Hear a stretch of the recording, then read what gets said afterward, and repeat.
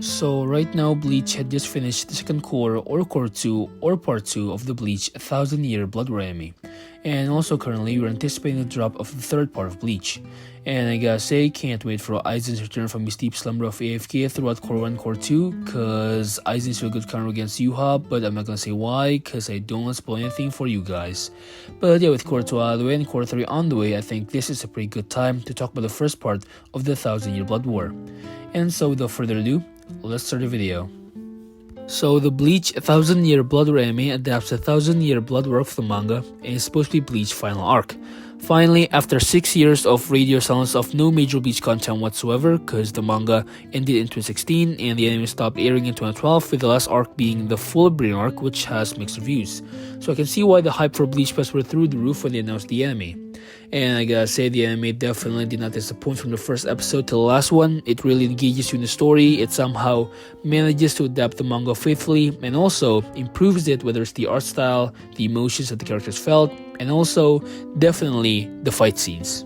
Just to name a few: Yamamoto vs Yuha, Ichigo vs that random converted Arankar, Ichigo vs that buff dude with Rinnegan eyes, heck, even the fight at the beginning of the anime when Ichigo and the others fought that random hollows. Like, Ichigo did not need Bankai for this, it's just for fan service. But the true highlight of this first part of the anime is definitely Yamamoto vs Yuha, or fake Yuha, because it turns out it was an actual Yuha, it was just this Saitama clone if Saitama ever joins a cult.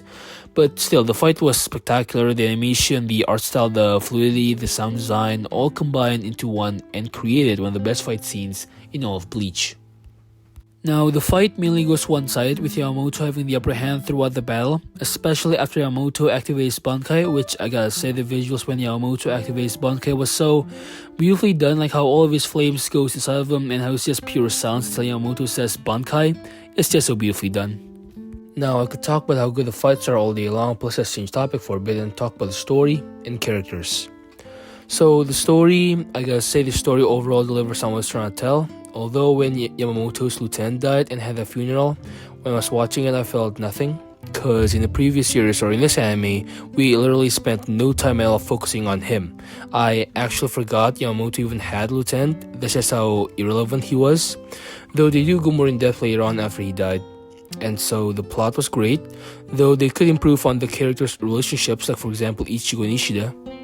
And also, speaking of Ishida, I just couldn't see Ishida facing off against Ichigo and actually winning. Like, the power gap between Ishida and Ichigo is just too big, or at least seems like it. It's like if Naruto, instead of facing off against Sasuke, fights Kid Konohamaru. Like, yeah, you got good moves and all, but like, Naruto is still stronger. Now, I know I've said this before, but the animation and the art style is just so good. It somehow manages to be very detailed and fluid at the same time, unlike the first anime, which is more simplified and most of the time doesn't complement Kubo's art style. And also, we need to appreciate some of these shots that's literally almost like they're taken straight out of the manga. Now, the villains. The villains in this particular arc are the Quincy's.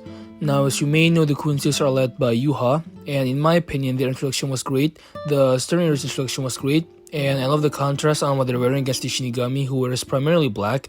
It just gives you this vibe that they're actually gonna wipe out the whole entire Serite. Like, even the captains are having trouble facing off against the Quincy's. And also, before I forget, I really love Yuha's design.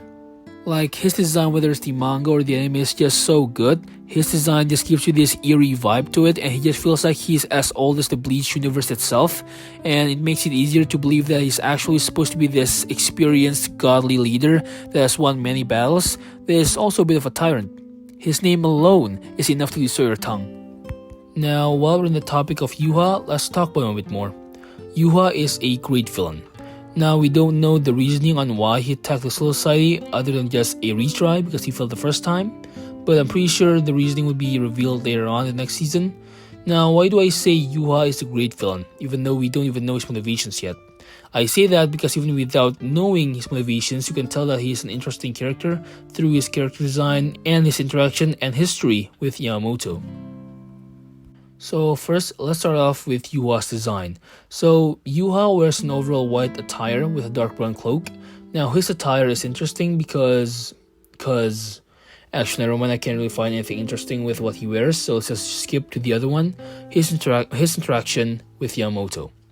So first off, their interaction gives the vibe of old rivals, similar to Naruto and Sasuke. And I know they're not rivals, their first interaction was probably the first invasion that Yuha led back in the day, but you could tell by how Yuha talked to Yamamoto that he seems to respect Yamamoto to a certain extent for his strength, and he felt disappointed when Yamamoto now has gone soft, like for example, of how he didn't just make Orihime heal his arm even though he could easily have done that.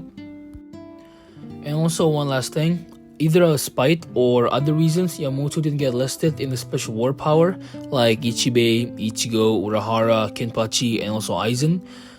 And I think Yamamoto is more than clarifies for the spot. Now with all the way, what do I think of the show? I think it's pretty great. It keeps you wanting more with each episode that you watch. It's not perfect by any way. It has its flaws, but even with those flaws, it's still a great show. And it's definitely an improvement over the previous anime. And so that is it for my opinion of the show. And don't worry, I'll be covering the next part of Bleach in another video. And yeah, that's it. So thanks for watching and see ya.